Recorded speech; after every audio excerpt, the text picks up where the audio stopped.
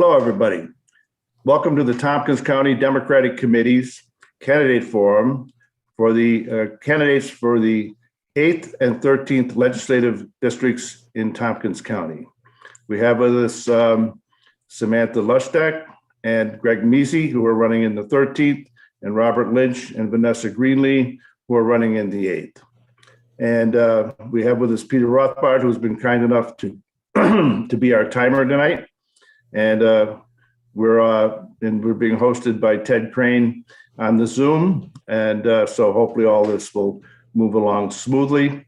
The entire program is being live streamed on YouTube. We've sent out the links to a very wide number of people across the county, Tompkins County committee members and volunteers. We shared it on Facebook. It's on our website.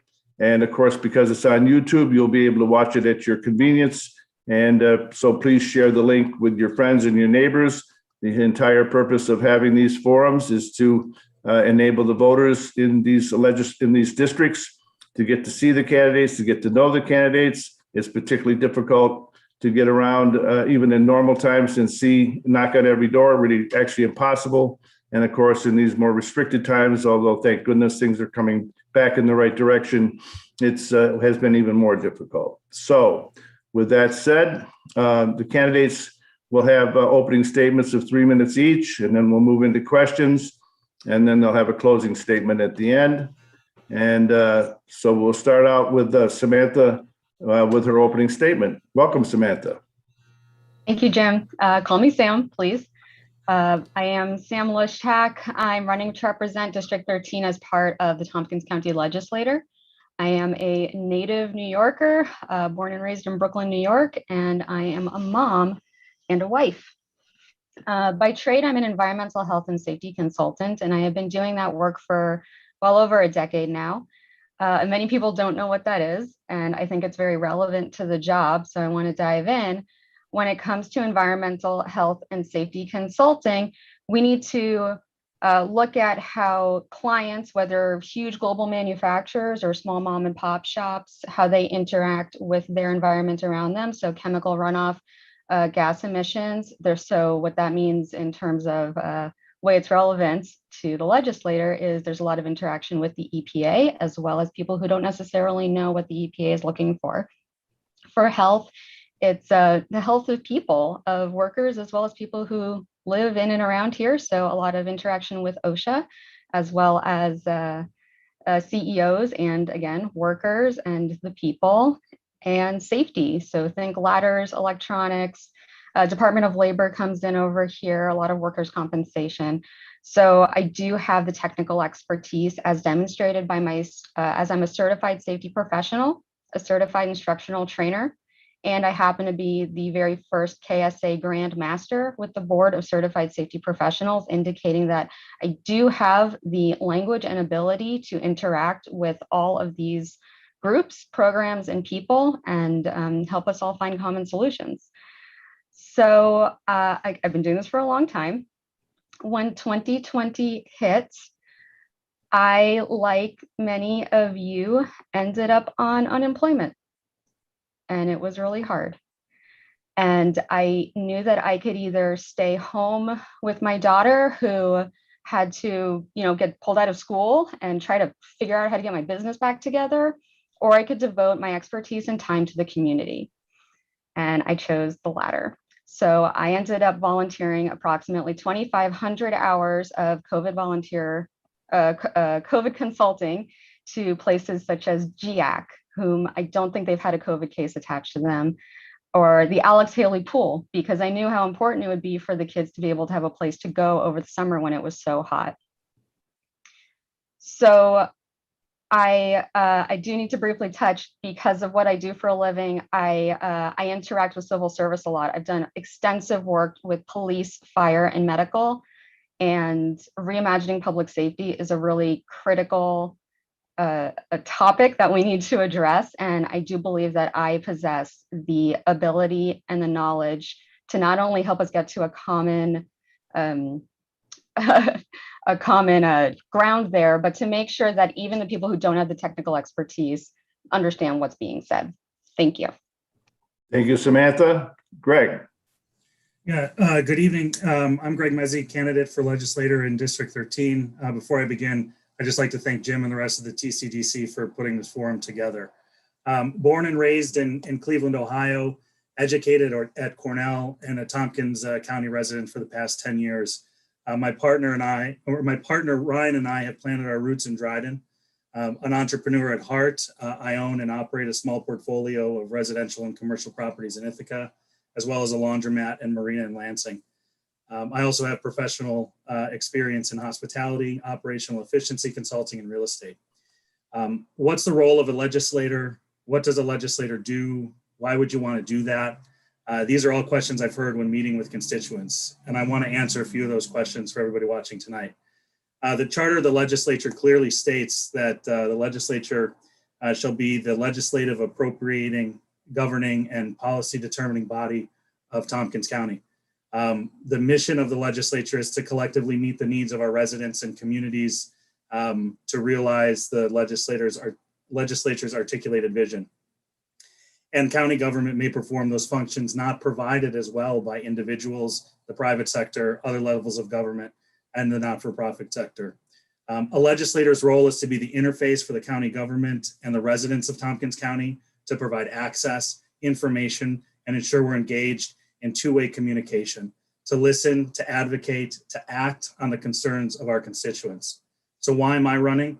I'm running because I'm passionate about improving the quality of life for all of us in Tompkins County. We're at a critical juncture right now with our post-pandemic economic recovery, rebuilding our county government stronger and more efficient, a need for greater variety of housing stock, and continuing the work to reimagine public safety. I believe that my previous experience as an operational efficiency consultant, hospitality professional, that I have the finance, the governance, and the community experience required to contribute to an effective and efficient legislature that listens and learns from all community voices. So I'm excited to get into some of the issues here and have a lively discussion because ultimately I think it will benefit all the residents in Tompkins County. So appreciate the time, and I'll hand it back to you, Jim. Thank you, Greg. Bob. Good evening. I'm Bob Lynch. I have a website, boblynchtompkins.com. I voted for Joe Biden, not just in the general election, but in the Democratic primary too. I carried petitions for Joe Biden, as you'll remember, because I got them from our chair, Jim Gustafson, on a morning that was down at Island Health, I think. So I'm familiar with campaigning for people. I like Joe Biden. Joe Biden's a centrist, and so am I.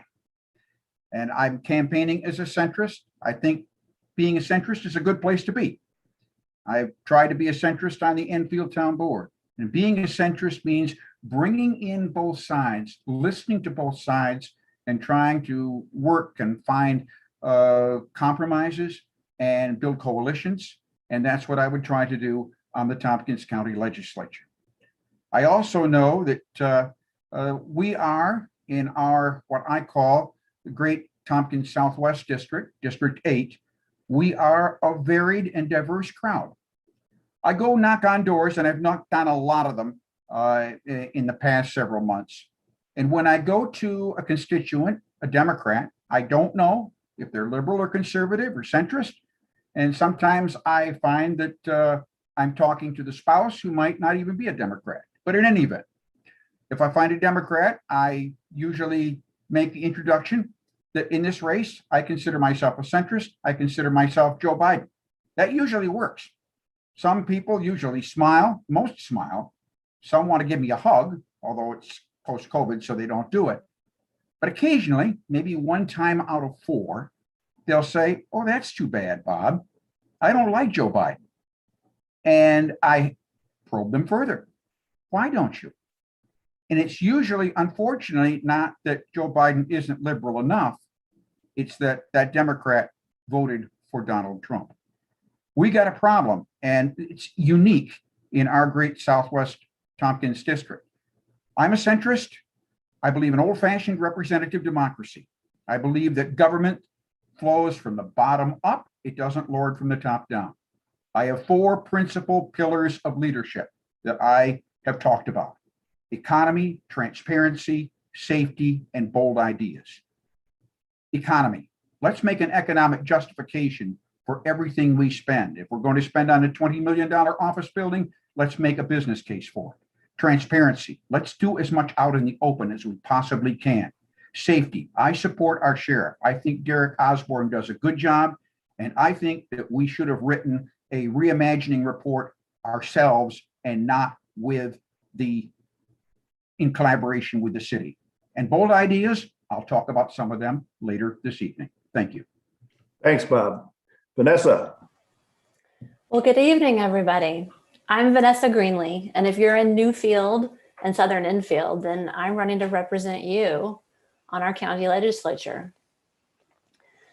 But first, let me tell you a story about myself.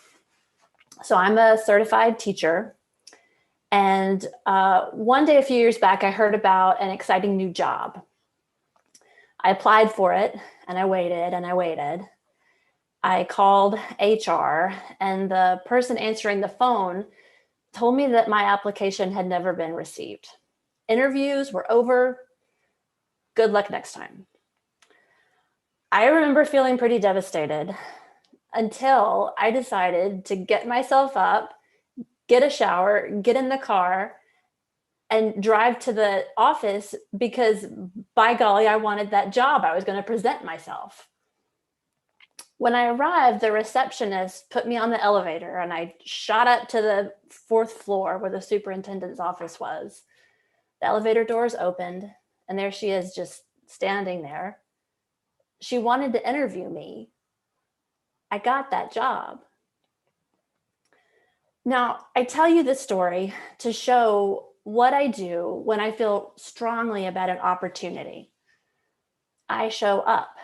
That's who I am. And I know that you being on this call tonight means that you're somebody who shows up too.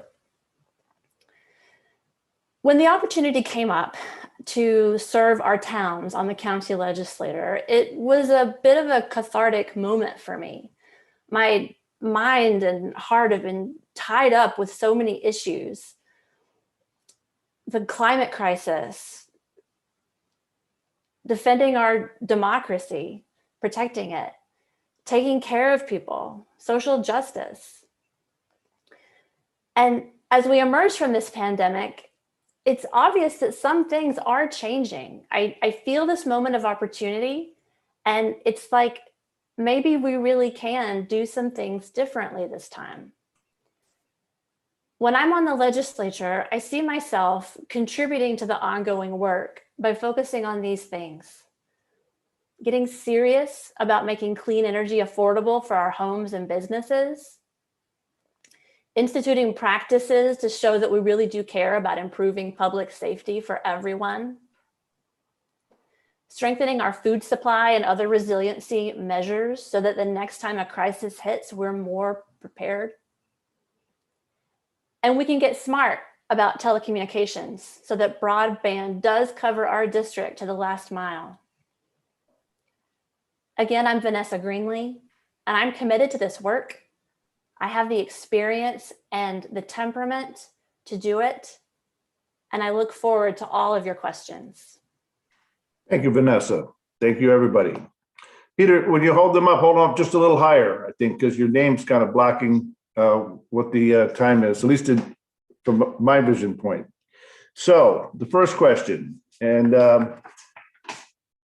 first question is, in the current county budget, is there a budget line that you are particularly interested in, either because you support or object to it?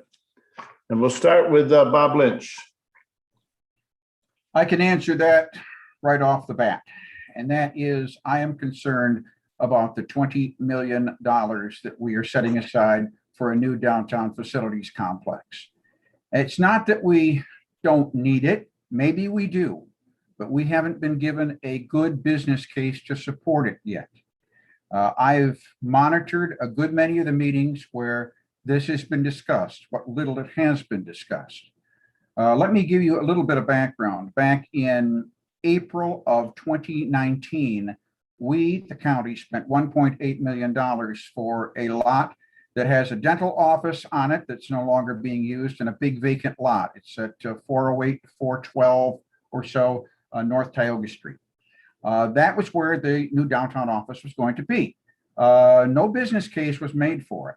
And I got to tell you that going back in history farther, you could have used the old library to support those county offices, but the old library is gone. That's another case, another argument for another day. But we've had a number of closed door executive sessions to discuss real estate matters regarding that building. And we have no good explanation as to why we need to discuss real estate when the land has already been purchased. So I got a problem with that. And I think we've got to have a re-examination of how we're spending that money and when we're going to, how we're going to employ that money. And that's the budget line I'm most concerned about. Thank you, Bob. Vanessa. I'll begin by noting that I appreciate the difficulties of budgeting for 2021 with the changes in revenue sources. I do note that we are using quite a bit from the fund balance to make up the difference for our 2021 budget, an increase of quite a bit over the 2020 budget. I don't know that I'm going to say that there's an aspect that I'm particularly fired up and concerned about, but I do have questions about the line item on rural library services. There's no contribution toward that item. There wasn't for 2020 and there's not for 2021. The Finger Lakes Library System does a lot of work to provide resources to our rural libraries, and I appreciate that. But you know, in the pandemic, the libraries in District 8 in our rural district are really community centers, and they're mechanisms for coping. And a lot of the students during the pandemic would park outside of the library in order to have Wi-Fi so that they could go to school during the shutdown. And so I do notice there's quite a bit of reduction from the city library from 2020 to 2021, but there's nothing for the rural libraries in 2021. And I'd like to know more about that. Thank you. Samantha. Thank you, Jim. Similarly to Vanessa, I would like to delve in more. I think I need a lot more information before I say I'm definitely into something. But I do want to go off of what Bob was talking about, because a lot of my constituents, we have Ithaca addresses. So there's this automatic desire to say, yeah, let's put money into downtown Ithaca. Let's put money into Commons because that's where we live. And we're actually part of Dryden. A lot of us, or a lot of the doors I've been knocking on are saying, why do we go to East Hill Plaza, which is in Ithaca? Why are in our district, half of our students are part of the Ithaca City School District and half are part of Dryden School District? How can we use part of that budget to give us some District 13 pride and central utility, as opposed to just pushing it all downtown, which seems like a fair but obvious choice, where there are residents here who really could benefit from those finances. So I maintain that I would like to delve deeper into it and get into the nuances and speak to those who have more expertise than I do, but that is what I would explore when I have the seat. Greg. Yeah, thanks, Jim. So I currently serve on the Strategic Tourism Planning Board, which is a subset of the legislature. I'm on the budget committee, so this is a topic that's kind of near and dear to my heart. The 2021 budget is kind of already baked, ship has sailed. My real concern is the 2022 budget and what we're doing with the American Rescue Fund funds that the county's received, right? Half of which have showed up to the county recently this week, and they're sitting there. And I think the thing that concerns me most is the key word in ARP is rescue. And sitting there for 22 and 23 budget lines, there's not much rescue. If you look at the information that the Ithaca Area Development Agency just put out, their sort of recovery plan, there were some sectors that were really hard hit, right? We have room occupancy tax that's down 50% in 2020. It's trending not as bad, but much worse than 2019 and 2021. So there's real sectors that are impacted. I think my biggest concern is making sure that our budget line items are making an investment that ultimately generates an ROI, right? Because ultimately, if we can have our room tax back up, our sales tax back up, right? The revenue sources for the county back up, we can do all of these things. We can fund all of these programs. So right now, my biggest concern with the legislature is that they're not acting quickly enough to put the rescue in the rescue plan back into the county. And they're taking their time and they're slow to act to get to a point where we're really benefiting the county with those funds immediately. Okay, thank you all. The next question is, what legislative committees would you like to be on and why? And we'll start this time with Greg.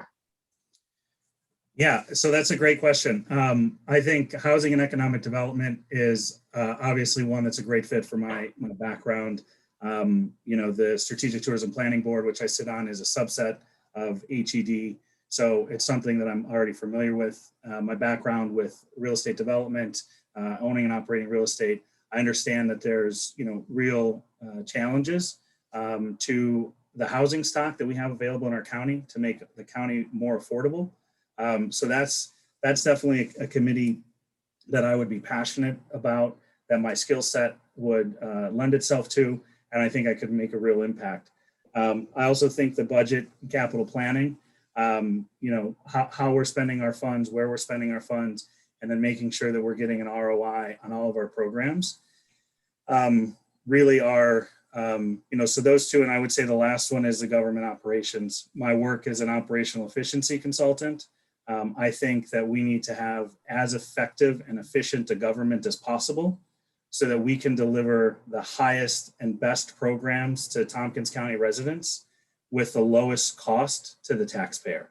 So making sure that we really walk that line of financial stewardship, but delivering the best programs of any county in the state of New York. So I would say those would really be my three: government operations, budget, capital and personnel, and then housing and economic development. Thank you. Next, we will have Vanessa.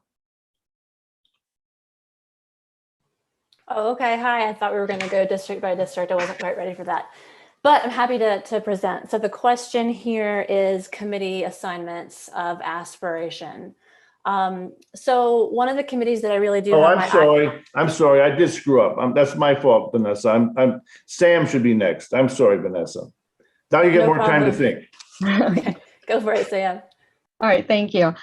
So public safety, I think I spent most of my intro talking about that because I got nervous. Yay. That's my background. My background's in public safety. I work with police officers. I work with fire. I work with medics. I am an American Heart Association trainer. I'm actually a training center. I have been trying to figure out ways to do Stop the Bleed training, for example, at Ithaca Festival, or Dryden Dairy Day would be great too. So what I would like as part of public safety initiative is to make sure that we're getting potentially life-saving training into the brains of our residents, such as through community emergency response teams. Dryden CERT team is one of the, I think it is the only CERT team in Tompkins County, and it got established about 2 years ago with Varna Fire Station. So I would love to do that. Another thing I think I can lend to that is there's so much focus on Ithaca City Police Department and how they're affected by this Reimagining Public Safety draft. But the fact of the matter is we've got sheriffs out here, and there will be some bleed out of policy. So we need to get all the experts together, figure out what our end goal is, and then break up so that those experts for those areas can come together and make a long-lasting plan that will be effective, and we won't be in this pickle again. Thank you. And now your turn, Vanessa. Okay, sure. Thank you. So the couple of committee assignments that seem to be logical for my background and interests, and for what I'm hearing from the door-to-door visiting with voters that I'm doing, are the Peak Committee and with planning, energy and environmental quality, and the Health and Human Services Committee. So starting with Health and Human Services Committee, you know, when you talk to members of the fire department, when you talk to those involved in public health, we've really got a mental health situation going on here in our county, exacerbated extremely by the pandemic. We know that in the Reimagining Public Safety Plan, there's that recommendation and strong commitment to enhance the social services component of what public safety means. It's an and to me, not an or. And so I would want to make sure that from a public health and human services perspective, that integration is happening. So for Peak, planning, energy, and environmental quality, as I've said, I really hear a lot from voters about they're interested in clean energy, they get it, but it's out of reach price-wise a lot. There's a lot we can do in terms of community choice aggregation, in terms of working further with groups like Heat Smart Tompkins. And so that's some of the work that I would really want to prioritize with the Peak Committee. Thank you. Bob. When I was a little boy, there was a song called Green Door. And what's this going on behind that green door? And I guess the first committee I'd like to be a member of is downtown facilities. Because as I said, there have been numerous executive sessions about what we're going to do in terms of a building of a downtown facilities complex. 2 months ago, the meeting, the public portion went 3 minutes and 5 seconds and then into executive session. This past month, it went for 2 minutes even and into executive session. Now, Dave McKenna chairs that committee. I do not blame Dave McKenna for the closed door nature of it. I'm sure that it's a collective decision. All the legislators have agreed, and probably with a heavy input from county administration. So I just like to be on that committee. That would be my first choice. Second would be public safety. I issued a critique of the Reimagining Public Safety Plan. I think there were things that we should have done that we didn't, like establishing a zero tolerance policy for police violence. I would have added that to the Reimagining Plan so that if anybody ever committed some of the offenses that have been alleged in the local media, particularly by certain Ithaca police officers, that we would have a 2-word answer for them when that was discovered: you're fired. So those are the 2 committees that I would like to be a member of as a county legislator. Thanks. Excuse me. The next question relates, but it gives you an opportunity to delve into this process a little further. What would your approach be to the county yearly budgeting process? How would you prioritize the competing needs of a wide range of county departments and local nonprofit agencies, while also facing possible cutbacks, furloughs, and tax increases? And let me look at my own order to make sure I get this right. This time we will start with Vanessa. I'd like to build off of some of the comments that Greg was mentioning about the American Rescue Plan and our 2022 budget. So in terms of prioritizing budget setting, I really believe that for that portion of the 22 budget in particular, because we know that we have until 2024 to spend down these funds, and there really hasn't been crystal clear clarity from the Treasury on some of the guidance of that until I think 2 days ago. So I'm going to offer a counterpoint viewpoint to Greg's perspective, that we need to be focusing on the rescue component. There is a great portion of some of the real estate, some of the hotel, some of the restaurant business that is going to be greatly alleviated when we get people back in the county. And we know that's going to happen. We're here at the end of the pandemic. We have, I think, the 5th highest rate of vaccination in the entire country. People are going to want to come here. And there's going to be a natural relief process that happens with that. What I really believe that we need to be prioritizing in terms of those ARP funds is some of the infrastructure development that tourists and students are not going to be paying for with their visits here. Waterways, infrastructure, broadband. Let's invest in our future. Thank you. Bob. This is an excellent time to consider restructuring the budget process because we're going to face this year a budget administrative crisis, if you will. Not only has Jason Molino left the office, but also his chief number cruncher, Kevin McGuire, has announced his resignation. So we're going to be really short-staffed for budget people, and it might be a time to reimagine the budget process. Just a quick tutorial. Here's how it works. And my cat Angel is probably going to join us shortly, and I hope she doesn't disrupt things. There she is. Now, the budget process is the committee meets as a committee of the whole. It's called an expanded budget committee. Everybody meets on the budget committee and of the legislature. And they go through the department review, department by department by department. It's kind of a series of boring meetings. And then they will finally make the budget adjustments after that and decide what the budget is.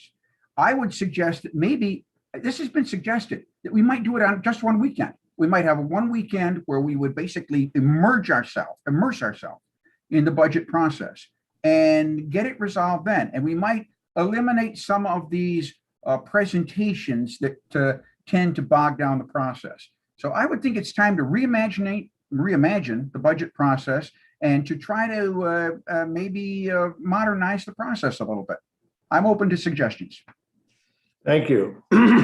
Excuse me. Greg.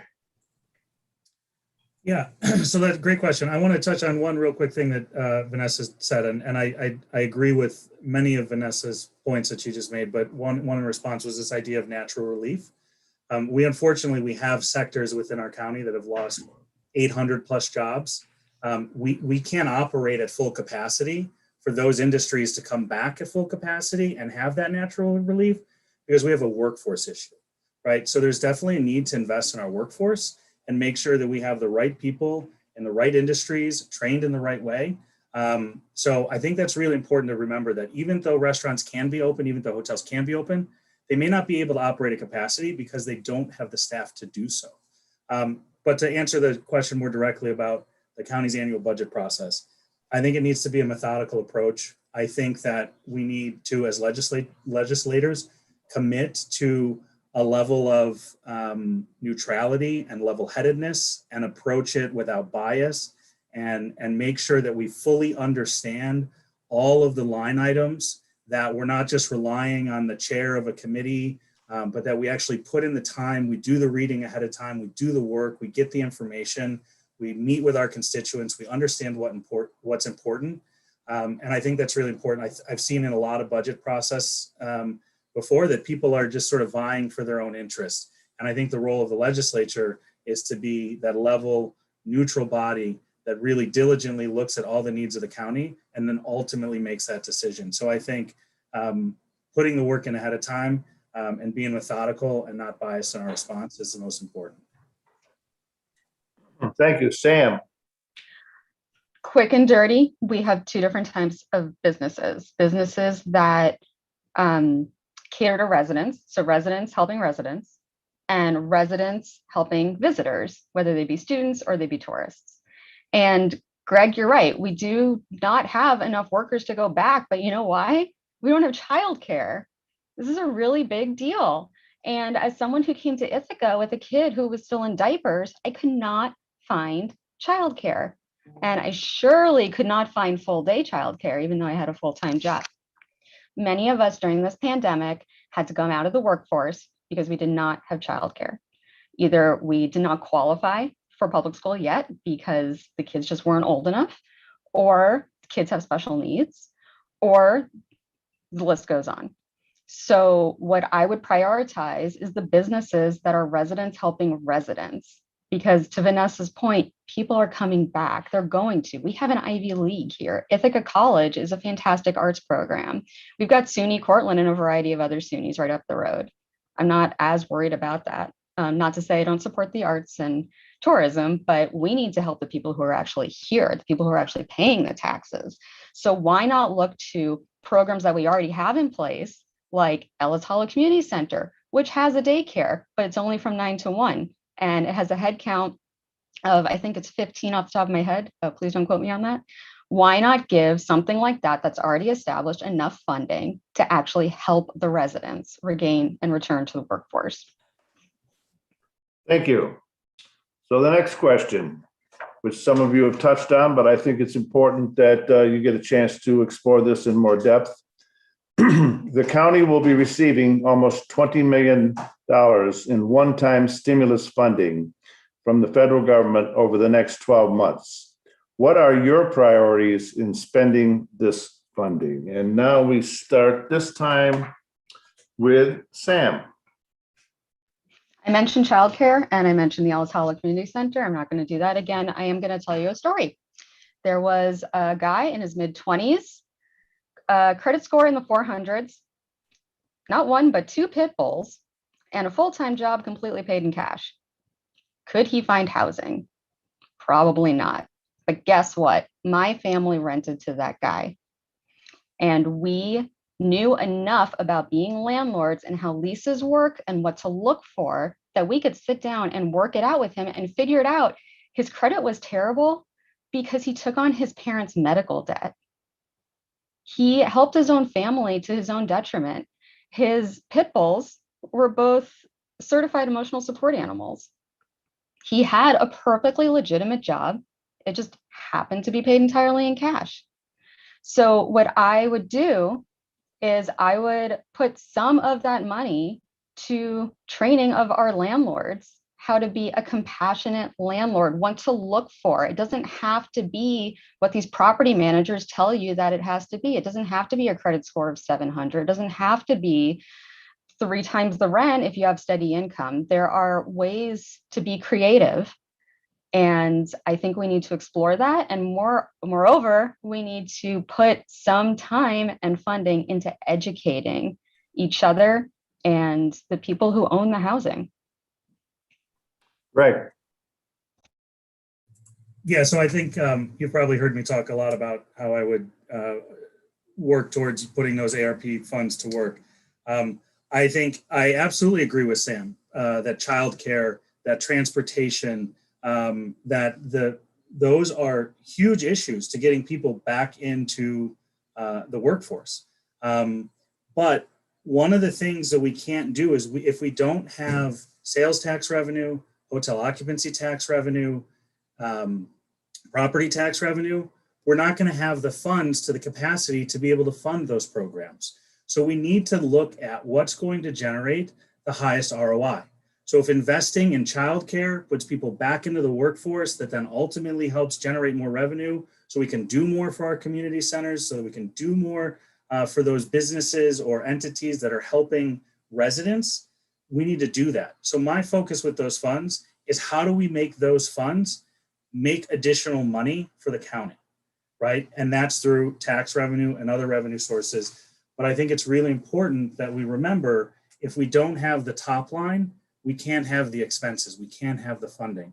So we really need to focus on what's going to provide the biggest ROI. It may be transportation, it may be infrastructure, it may be childcare, it may be workforce development, but we really need to think what is going to get our revenues up without just putting a tax levy on property tax, because that makes housing unaffordable. It makes childcare harder to pay for, right? So we need to be diligent with this approach, and that's how I would approach the ARP funds.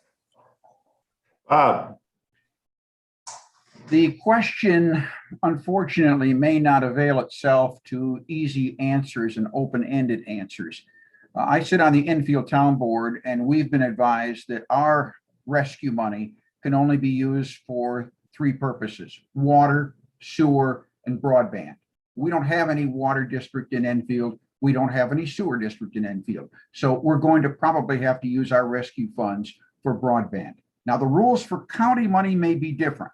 And the first thing I do if I were a legislator is talk to our finance director, Rick Snyder, and ask him, what are the parameters? What can it be used for and what cannot be used for? If it's open-ended, if we have more latitude on the county level than the town of Enfield does, then I'd suggest, I don't think you're going to be able to use it to cut taxes, unfortunately. I think that's going to be hard and fast. So the opportunity may be, we should try to do something to help our community college. It's one of those stories that hasn't really broken yet, but I fear it will in the next few months or a few years. And my potential colleague in Dryden, Mike Lane, has alluded to it. The college may be in deep financial trouble because of circumstances beyond its control, and it may need some financial help to stay afloat and to stay alive and to stay viable. And so if we could use it for education, I think that would be a good place to put it. Thank you all. The next question. Oh, I think I need to answer that one. Oh, I'm sorry, Vanessa. I don't look at my own list, Vanessa. I apologize. I am happy to jump in, and there's no worries whatsoever. Yeah, well, and I So- want you all to do that because it's a little complicated trying to pair you and then also alternate you. So thank you. We appreciate it, Jim. We appreciate it. So the stipulations for what the ARP funds can be spent for at the county level.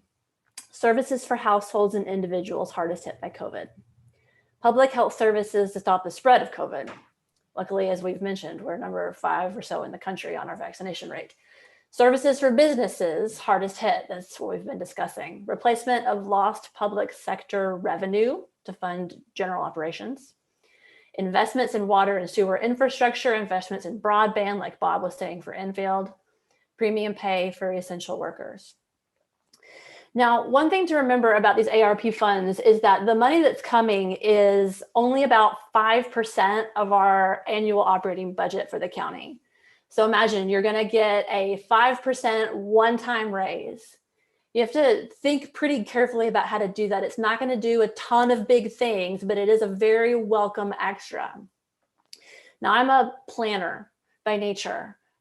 Teachers are planners, and also, you don't get to be successful with USDA and National Science Foundation grants and the Bill and Melinda Gates Foundation without having a solid financial plan. And I believe in making investments like this on things that are scalable. So if I'm looking at this ship that's come in, this extra 5% for the year, I'm going to want to look at what's going to be investment for the long term, things that we maybe wouldn't be able to do otherwise. I'm thinking of infrastructure here, not only broadband and roads and bridges, but our food system infrastructure, which I'll probably get into another question, our childcare infrastructure, Sam, things that are scalable that we can invest in, they're going to have that return in future years. Thank you. Okay, now it's time for the next question. Please describe your experience working with people whose political philosophy and values you don't agree with.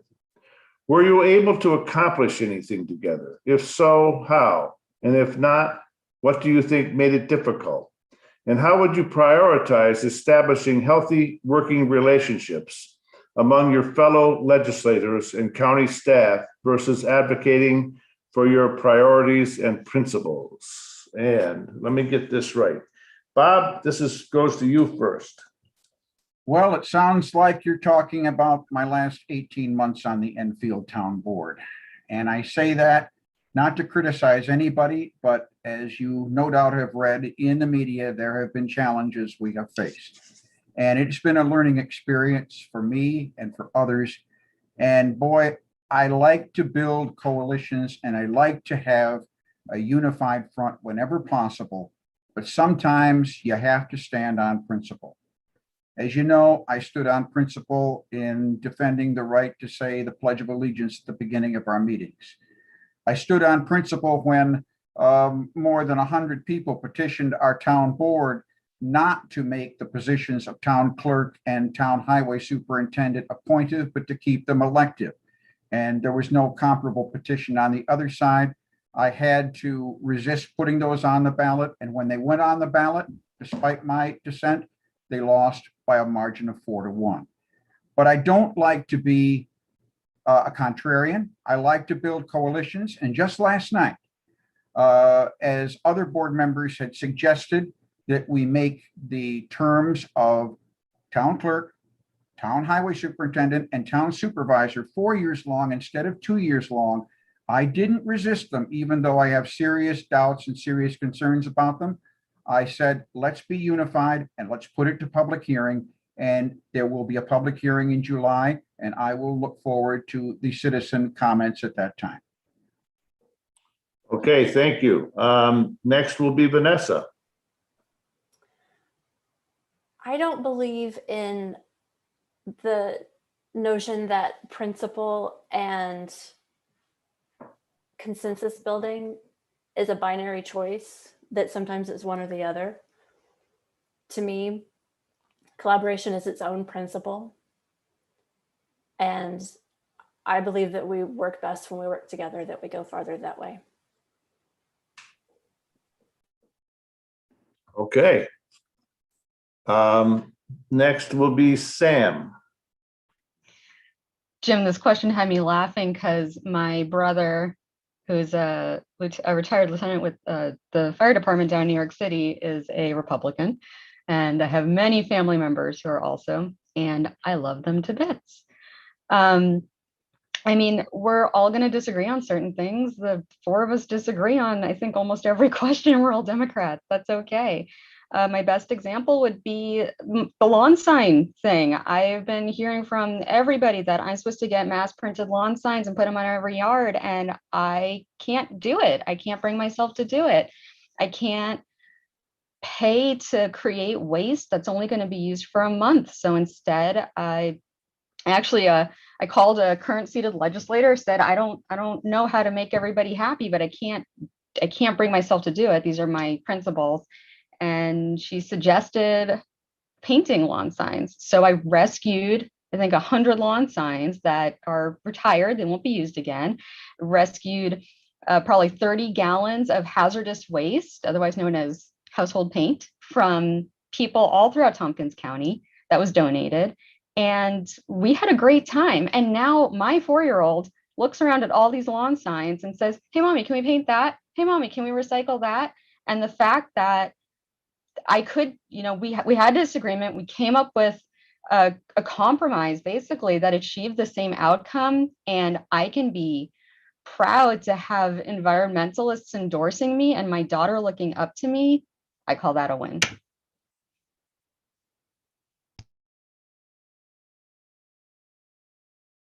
Thank you, Greg. Yeah, thanks. So growing up in a pretty conservative part of Ohio, this has always sort of been something that I've had to sort of struggle with, right, and deal with and learn how to overcome. It wasn't always easy, right, especially as an openly gay man, with conservative family members, right, and even when you think about the from 2015 on, right, these last few years, right, we should.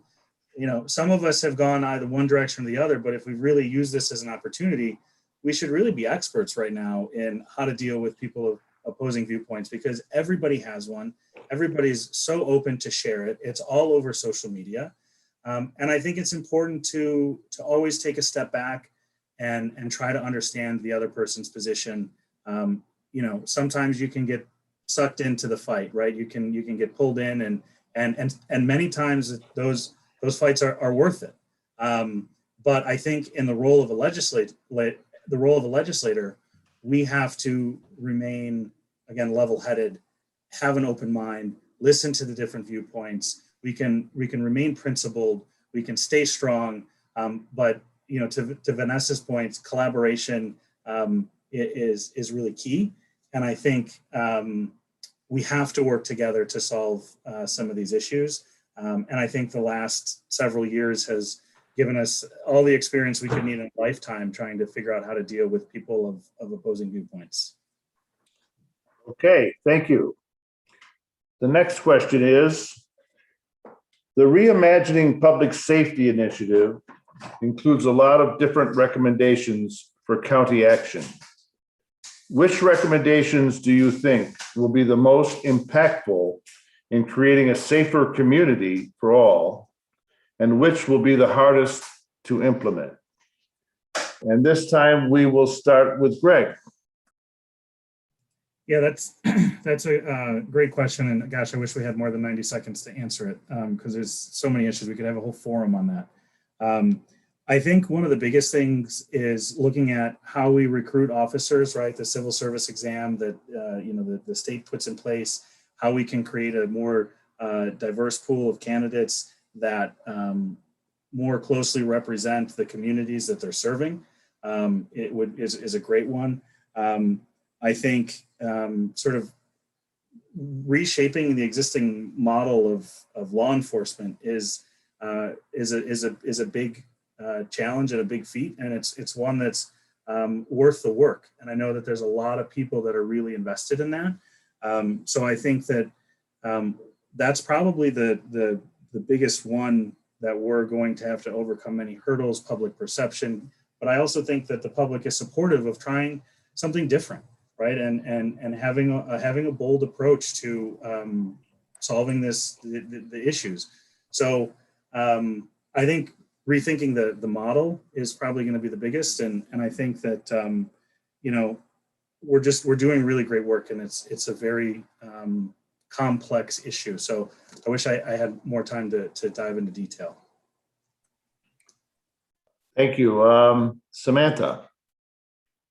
I think training is the answer to both of those questions. So the most effective thing we can do is really throw ourselves into training of what's essentially new law enforcement because they're getting rehired, and then also training of 911 dispatch, 211, letting 211 and 911 know what the other ones are able to do, and doing a gap analysis of the two, but having them be part of it and having them trained to communicate with each other. When are they going to call a mental health expert versus when are they going to call a public safety officer? In addition to all that training, we need to retrain the public. A lot of us are afraid to call 911. Some of us still don't quite know what 211 does. So we need to do a huge push out of training.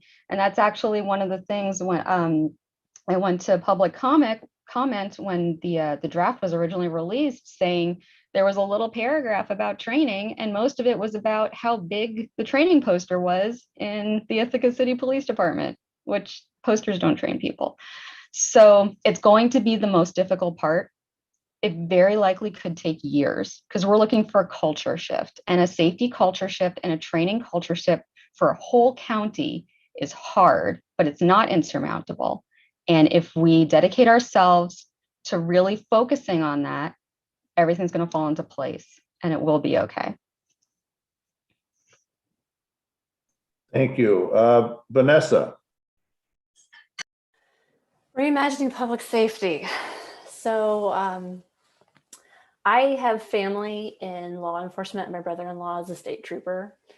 And I just spent the weekend talking to somebody in the fire department. And I really get and appreciate and am sensitive to the need of those folks to, when they go into a dangerous situation that they're trying to protect the public good, they have the resources that they need, that they be protected.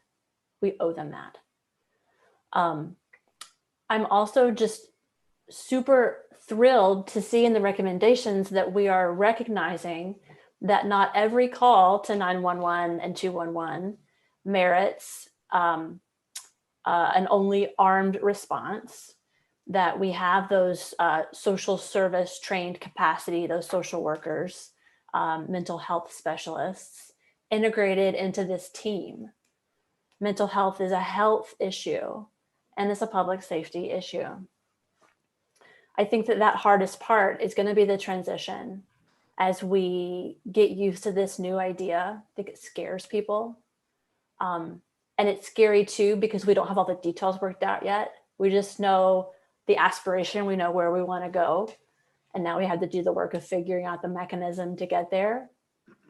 But I do believe that the intention is there, and that having the diverse voices at the table, the community justice program that's just been formed in conjunction with the Department of Probation, is really set to do some good work and to have some transparency that will help us make informed decisions and monitor how we're doing with these changes.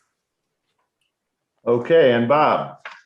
I think the first thing we have to do is to reassure the residents of Tompkins County's rural communities that we're not being dragged down the city of Ithaca's path, a path that they don't necessarily want to go in. On the night that the county adopted the Reimagining report, or accepted it, more precisely put, I spoke to the county legislator and I said these words: rural residents are scared. They feel city politicians and interest groups have driven this debate. They sense the tail is wagging the dog. And what plays so well in GQ magazine fails so miserably in the shadow of Connecticut Hill. If the city of Ithaca wants to turn its police department into a civilian bureaucracy, not led by a police chief, but by a bureaucrat under the mayor, or now maybe city manager, they should be allowed to do that. But the county shouldn't be dragged along into their enforcement model. I support Sheriff Osborne and what he's done. I think we have a fair and just and equitable policing system in this county. Yes, there can be improvements, but I don't think we want to tear down the sheriff's department and rebuild it from the bottom up. As I've said before, we should have a zero tolerance policy. If any rogue officer does something terrible, even approaching what was done in Minneapolis, of course, instantly fired, and no excuses and no apologies. And that's my suggestion. Okay, the next question. The county is currently working on creating a policy to purchase goods that have a high recycled content and which can be recycled again. Do you think the legislature should mandate such a policy for county departments, even if it costs our taxpayers more money? And we will start here with Vanessa. We have a really progressive, exciting county government in terms of what to do with waste management and recyclables. There are decades of activists and officials in this community on whose shoulders we stand. I want to, a recent accomplishment, I want to shout out to Amanda Champion, who championed the Plastic Bag Waste Reduction Act locally. And then we all of a sudden this enveloped, and we had it at the state level, and it's been amazing because there were 20 billion plastic bags produced by New Yorkers annually every year. And it's horrifying. Not to exaggerate, but waste management is one of my passion issues. So the question we're answering about, should there be an increase to recycled content due to, and if there is a taxpayer increase? We can't afford not to. We can't afford not to do everything that we can in order to manage this problem. I support initiatives that the county showing leadership. We have a polystyrene ban coming in the state of New York starting January 1st, 2022, meaning that no more of those awful styrofoam containers at takeout. Luckily, following the pandemic, we're beginning to see Green Star and the farmers market and other market leaders here in the area for us make that transition. There is so much more we can do, and I support anything at the county level to reduce our waste, because we pay for it in other ways if we don't take care of it at the source. Okay, thank you. Bob. First, hallelujah, no more styrofoam. Glad to hear that.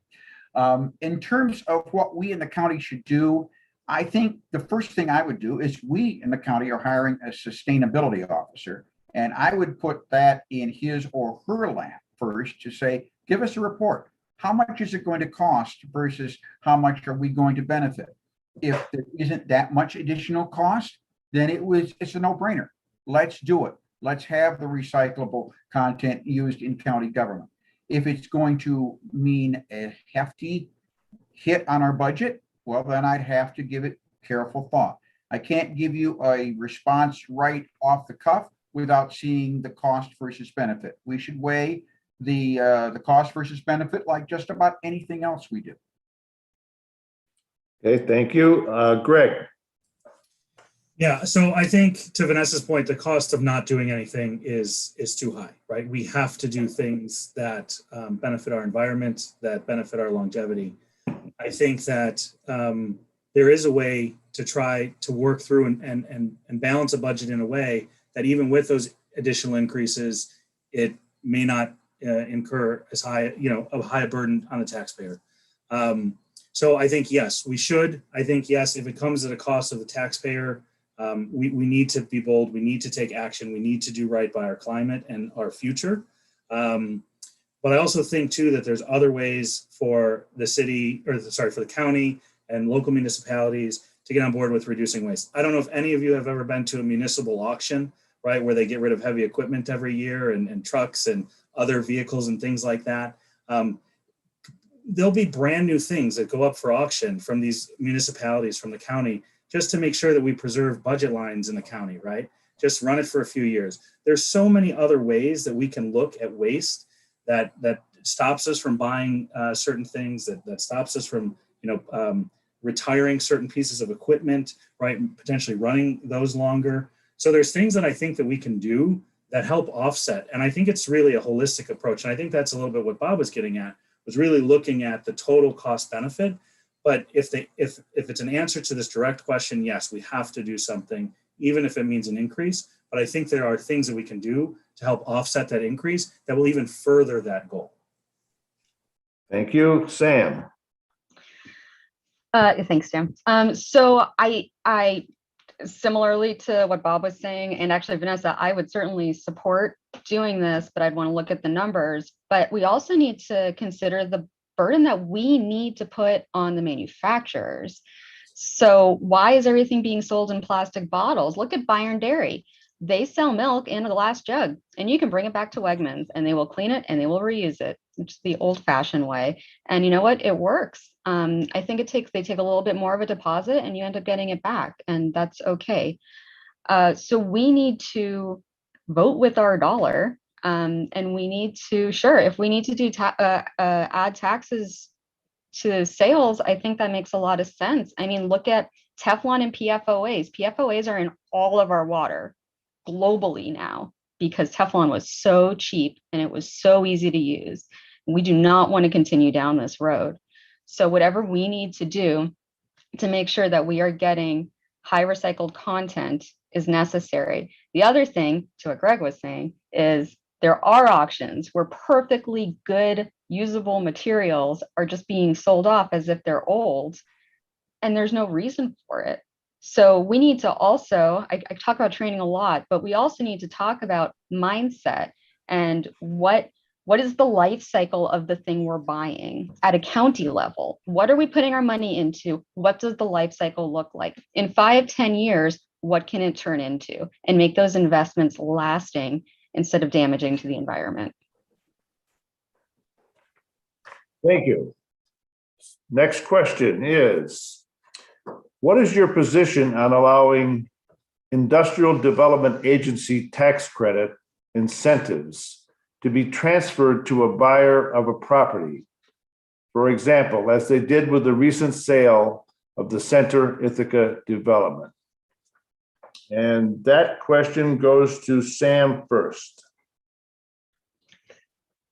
I think it would depend on what is being transferred. As someone who's worked with large manufacturers, this could be, you could be getting tax incentives that are grandfathered in because you haven't changed your facility or you haven't upgraded your water treatment plant. Why would the new buyer be allowed to take on those tax incentives?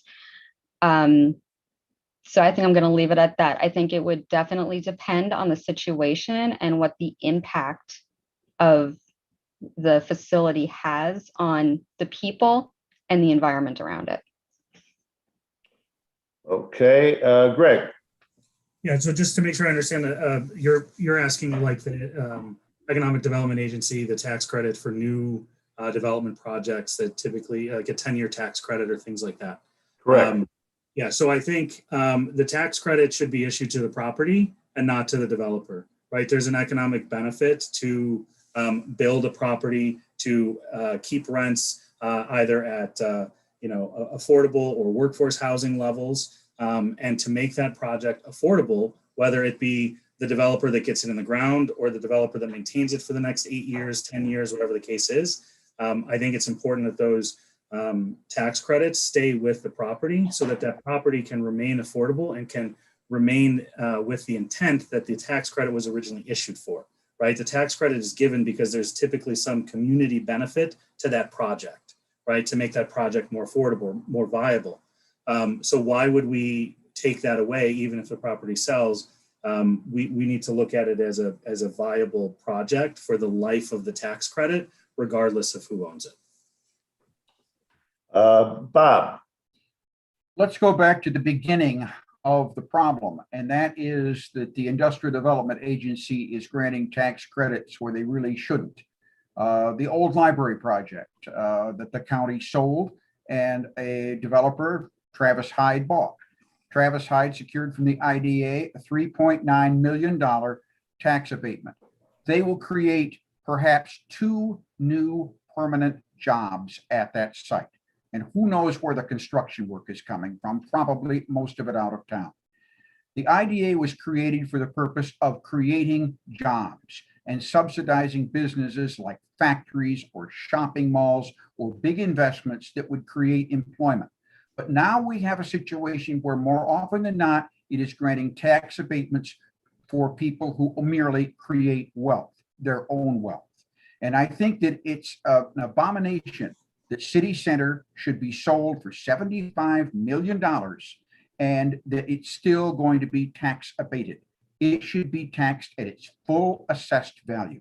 And I'll tell you, it's equally reprehensible that some solar farms may be enjoying tax benefits through pilot agreements that are about 12% of the tax rate that the average homeowner pays on his or her property. There has to be reform of the IDA, and it has to start at its most basic level. Thank you. Thank you. Vanessa.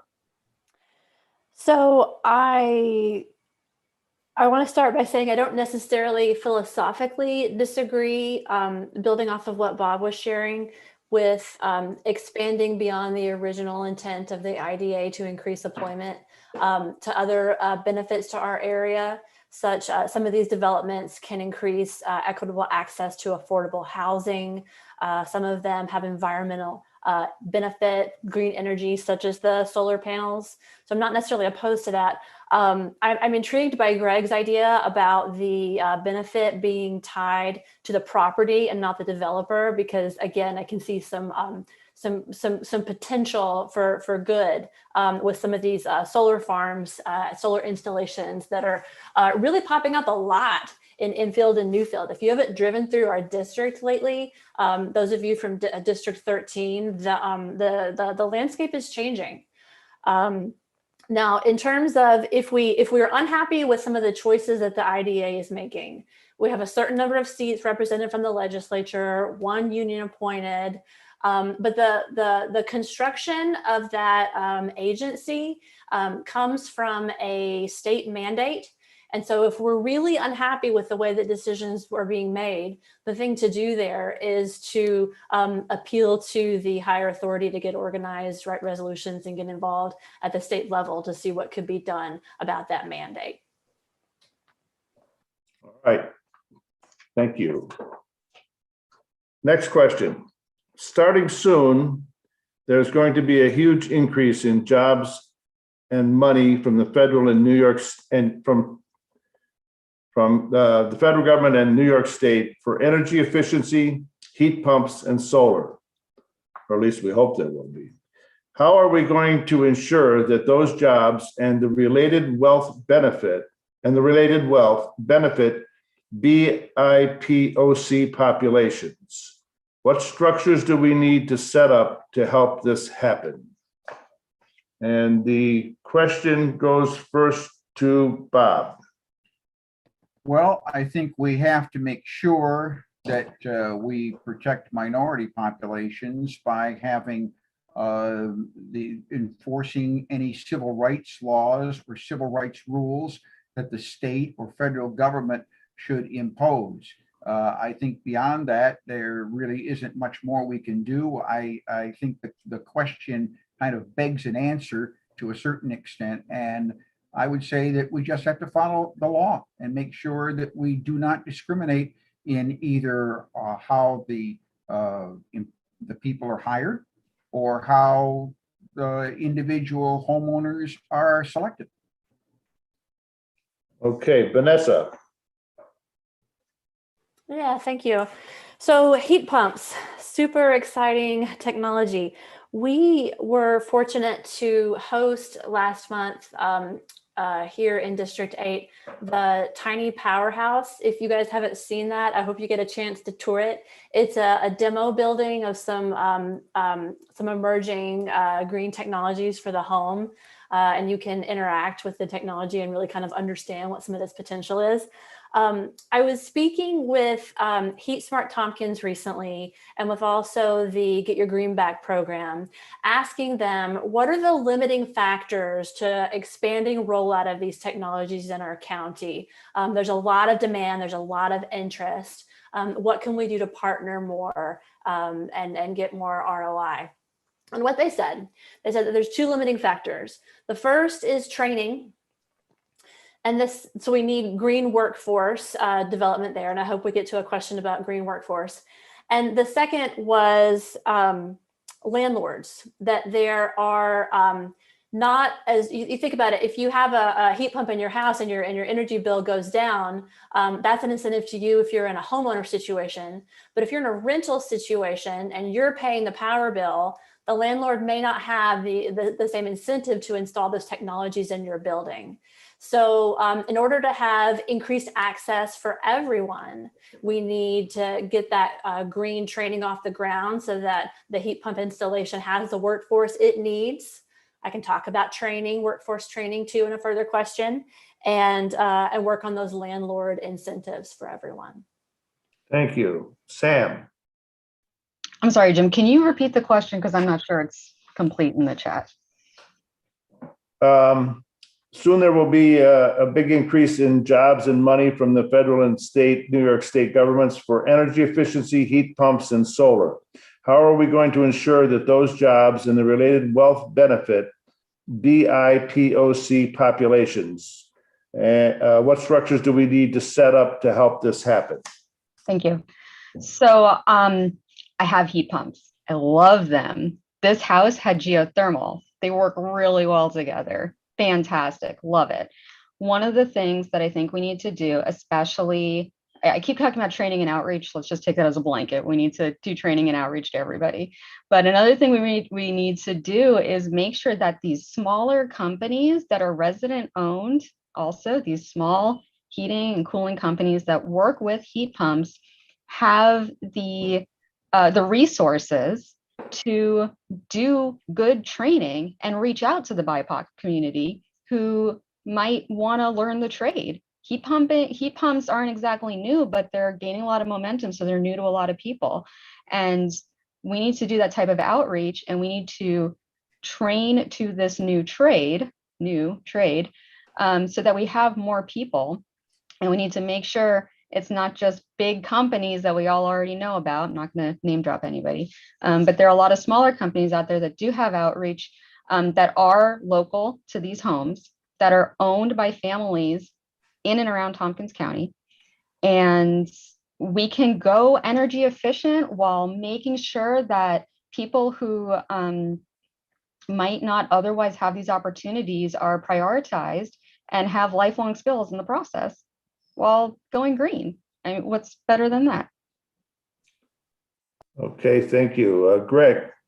Yeah, thanks, Jim. I think, we're in a point where we have a real shortage and a real need for skilled trades labor, right? As a product of vocational education, we didn't call it BOCES in Ohio where I grew up, but I went and my junior and senior year, I went to a vocational school and studied culinary arts, right? I have a culinary background.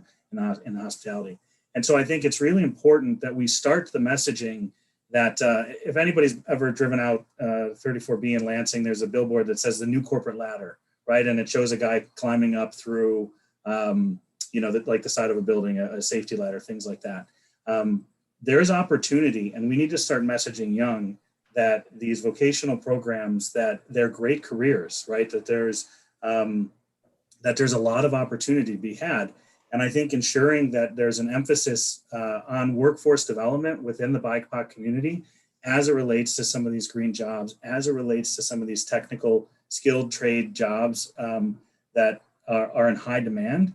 I think we need to make an investment in making sure that we meet people where they are and try to encourage them to look at these as career opportunities because there is a lot of wealth generation opportunity to be had within these sectors. So I think it's important that we go to people, meet them where they are, and show them the opportunity if they consider a new skill, a new trade, or some sort of training program that we help to fund. Thank you. This next question is a long one because I wrote it. So. Wait, did we all answer the past question? Yeah, I think so. Did anybody feel they didn't answer that question? Maybe I'm getting lost. I thought I didn't, but. Yeah, I think you commented this was the question about you went after Bob on that question. Oh. About heat pumps, and you said you wanted to talk about green training, job training, if that came up later. I gotcha. This time my memory was better. Okay. So you're running for the Democratic nomination for the county legislative seat in your district. Tell us why you are a Democrat, and given that we have the former president and the majority of the Republican Party refusing to acknowledge the legitimate results of the last election, are you committed to accepting the results of the primary if you lose? And will you agree not to run against the winner on a third party line? And that question goes first to Greg. Yeah, so as I said before we went live, right, we're all here, we're all Democrats. We should all be in this to have a good time, right? The benefit of this type of forum is to help build and grow the Democratic Party, right? So I have no intent to run outside of the Democratic line, and we'll just put that to bed. I think the craziness that's happening with rejecting election results is nuts, right? We all run a good, fair primary. We should accept and move on, and then offer our support if we aren't the winner and get to work if we are. So that's where I stand on that. Why am I a Democrat? I think that there's a fundamental belief within myself that we have a responsibility, we have an obligation as people, as society, to help and bring along our neighbors, our friends, our community. We have an obligation to make an investment in bettering the life of everybody. And I think that there's a number of social issues that are incredibly important to me, which is a long list at the national level, which really doesn't have much to do with the local level. But I'm passionate. I'm excited to be in a party that's a big tent, right? That's inclusive of a lot of people from varying viewpoints, from every direction, everywhere you go. I think that it's an exciting time to be a Democrat. It's an exciting time to be a Democrat in Tompkins County. And I have no desire to chase another party line after this process. Thank you. Samantha. Thanks, Jim.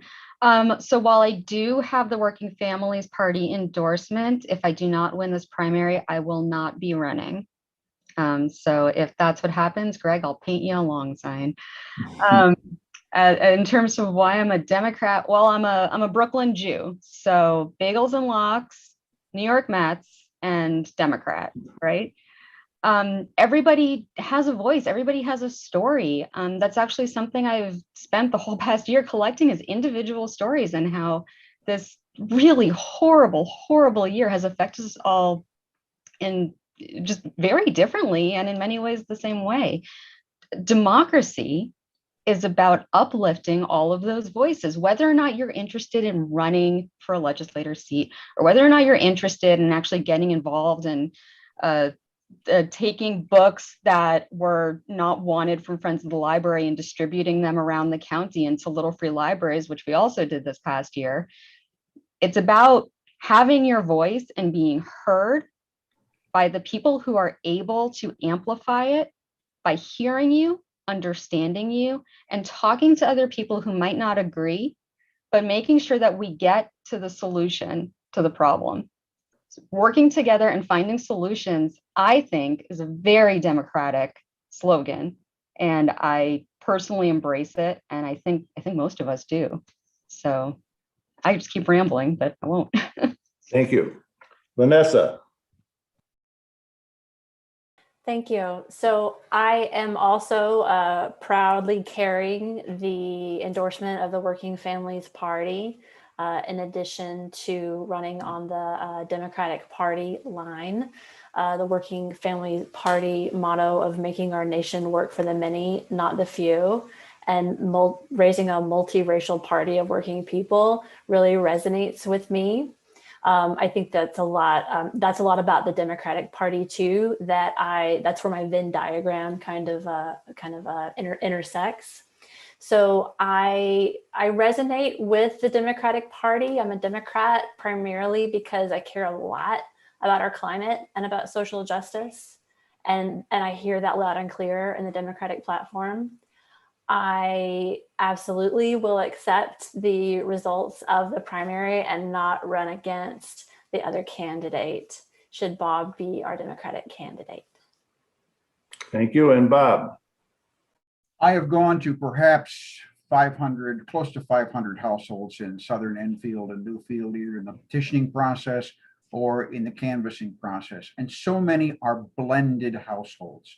And I mean, when I knock on a door and I'm looking for a Democrat to sign a petition, often the Democrat is the wife, and let's say the husband is a Republican. And he says, I like you, Bob. I want to support you. I say, well, I've got an independent petition coming along. You can sign that and you can get me on an independent line. So then you'll have a chance in November to vote for me. I wish this state would go like California has and have what's called a jungle primary, where everybody competes like in June, and the top two finishers then go on to the election in the fall. I wish that were the case, but until that is, I really think that I owe it to this blended households, the many blended households in this county and in this district, the great Tompkins Southwest District, to actually go on into the fall. So I have petitioned for an independent line, the Tompkins Southwest line, and anything is possible. I want to see what the primary results are, but I've fully anticipated that there'll be all three candidates in November, because I expected that Vanessa would continue as the Working Families nominee. We got Randy Brown, the Republican, and I would hope to have the Democratic nomination, but if not, I will proceed as an independent. So you will not honor the results of the primary, the Democratic primary then? If the Democratic primary nominates Vanessa, I will still continue to campaign as an independent. That's my decision at this point. All right, we'll take note of that. Okay, well, thank you. That's brings us up to about 8:23. We were going to plan this for 90 minutes. So that leaves time for the closing statements. And for the closing statements, I'm going to try and go from memory in the reverse direction that I went for the opening statements. So let's start with Vanessa for the closing statement. Thank you. Well, first of all, thank you to you, Jim, and to Ted and to Peter for organizing and hosting this forum for us. It really is an opportunity to be able to connect with the voters so that they can see the options available, and for us to get to know one another as candidates. I've enjoyed riffing off of the perspectives of you all. And I want to say that to the voters directly, if you feel the moment of opportunity following this pandemic that I do, that we have more of a chance to get things right, then join me in choosing a path for our district that will seek divergent viewpoints and recognize that we go farther when we go together. I'm part of a working family. We have some of the unemployment issues in my family, like Sam shared. I know the struggles. Everybody's had to educate their kids at home this year. I know about that. I know about not being able to afford 2 kids in childcare under 5, what that's like. We're raising our family here. You can look for an exciting upcoming announcement from 5 Tompkins County legislators who are endorsing my campaign. I think that says a lot. If you want me to work for you in Enfield and Newfield, I need votes at the primary. I'm not going to be in the race after the primary if I don't carry the nomination. Gather your fellow Democrats and make sure everybody gets to the polls. Early voting opens Saturday. June 22nd is a voting day in person. It's a Tuesday. It's at the community center, the Old Living Waters Church in Enfield, at the fire hall in Newfield. Reach out if you're willing to post a sign in your yard or property. You can visit my website, vanessa4tompkins.org. That's Vanessa, the number 4tompkins.org, to reach out to me. Tell me where you are. We'll bring you a handmade sign. I couldn't buy those plastic signs either. We were sawing and painting and making some homemade signs. Thank you. I think I'm the right candidate for the job at the right time. Okay, Bob. Thank you. And thank you, Vanessa, for joining us in the debate tonight and in the campaign. It was 1970. I was a Cornell student. The radio bug had bit me. I volunteered for WVBR FM and their news department. And they said, we need a downtown reporting staff. Do you want to do it, Bob? I said, sure. I mean, I lived here. I'd already established my residence here in the town of Enfield. So I went and covered the first meeting of what was then known as the Board of Representatives. Harry Kerr was our representative for Enfield and Newfield. Harris Dates was the chair, I believe, of the County Board of Representatives at that time. I never imagined when I was covering those first meetings that I would later be running for the county legislature. But here I am, and I'm glad I'm running. In 2017, I went back to the legislature. They had a debate over what to do with the old library. They wanted to sell it and for $925,000, which was little more than the land on which it sat. The building would have cost $12 million to build new. I thought it was a waste of money and we should repurpose it for county government purposes or city of Ithaca government purposes. I lost that battle, but the political bug bit me and I became very interested in the county legislative business. I ran for the Enfield Town Board, won a councilperson seat there in 2019. I've served on the Enfield Town Board now for a year and a half. I enjoy that service. I'm looking for the opportunity to serve a wider region, a wider district, the Great Tompkins Southwest District. And I hope that people will visit my website, boblynchtompkins.com, and learn more about me, learn more about the issues.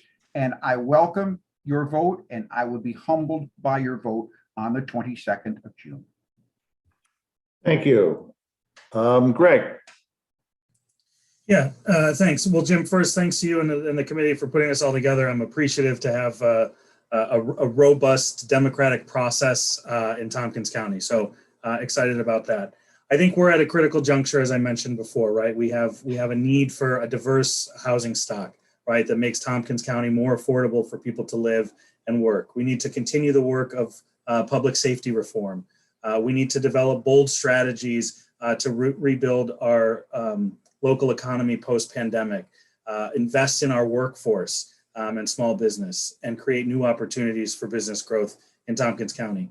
We need to work to rebuild our county government, right? A lot of changeover in the county, a lot of long-term legislators leaving, county administrator, right, finance director. So there's going to be a lot of heavy lifting as it comes to sort of putting back our county government. I think that I have the experience, both professionally with volunteer work, to bring the skill sets needed to make sure that we can really build consensus and ensure that everybody's voice is at the table, to remain level-headed and to not have too much of a bias in the conversation. I think we need to work towards finding solutions collectively that will ultimately take many of these issues off the table. I think we have the knowledge, the commitment, the passion from both candidates and community members to really roll up our sleeves and get to work. And I'm excited about doing that alongside other members of the legislature, community members. I hope to be the 13th district nominee come June 22nd. But if not, I'm still committed to doing the work and rolling up my sleeves, because ultimately I believe that we have a responsibility to make Tompkins County the best county in New York and to make it the best possible place to live for people. And gregmezey.com, great place to connect. Would be remiss if I didn't get a shout out to gregmezey.com in my closing remarks. So appreciate the time. Thank you. Thank you. Samantha. Thanks. So we're talking about endorsements, working families. I've got the executive director of Habitat for Humanity. I've got the steward of the Cayuga Watershed Project. But what I implore everybody to do is don't look at the endorsement. Look at the actions of the person you're going to vote for and see if they actually walk the walk. I'm up here talking about environmentalism, and it's hard. Running an environmental campaign is not easy. And imagine doing that while on unemployment, like many of you are, with a small child at home, like many of you are. It's nearly impossible, but we need somebody who's going to amplify our voices. That's not just going to talk the talk. They have to walk the walk. And it can't all be about money. It has to be about people. When we talk about prioritization and emergency management, it's people, and then the environment, and then property, and then finances. And we need to make sure our priorities are straight from the beginning. And if any actions that we look at during the biggest time of stress, which has been this past year, are going to be good indicators, that I beg you to look at this. This is Greg and my election day, June 22nd. We've both told you that we won't run. If we lose, we won't run, and there are no Republicans running. It is imperative that you get your voice heard at the polls on June 22nd. To you parents, I know how hard this is. Take advantage of early voting. June 12th to June 20th. You can have someone sit in the car with your kiddo. You can run in downtown and cast your vote. What you can do right now, all of you on YouTube, open another tab, type in SamanthaLushtak.com, which is right under my face, and read the endorsements. Ask me for a lawn sign. Contribute to my green campaign and help me walk the walk. And I will help you make your voice heard. Well, I want to thank especially all the candidates. And I want to thank Peter and Ted for the timing, and Ted running a very smooth virtual candidate forum for us. I want to say that I especially want to thank the candidates for being willing to step up and run. Most of us who pay attention to local government know that it's a full-time job that pays not even really a part-time wage. So people that are willing to run are not running to benefit themselves financially. They're running because they really believe in the community, they believe in their principles, and they really want to get in there and serve and help. And so I think we should always honor the people that are willing to step up and run in town government, in the city, and in the county.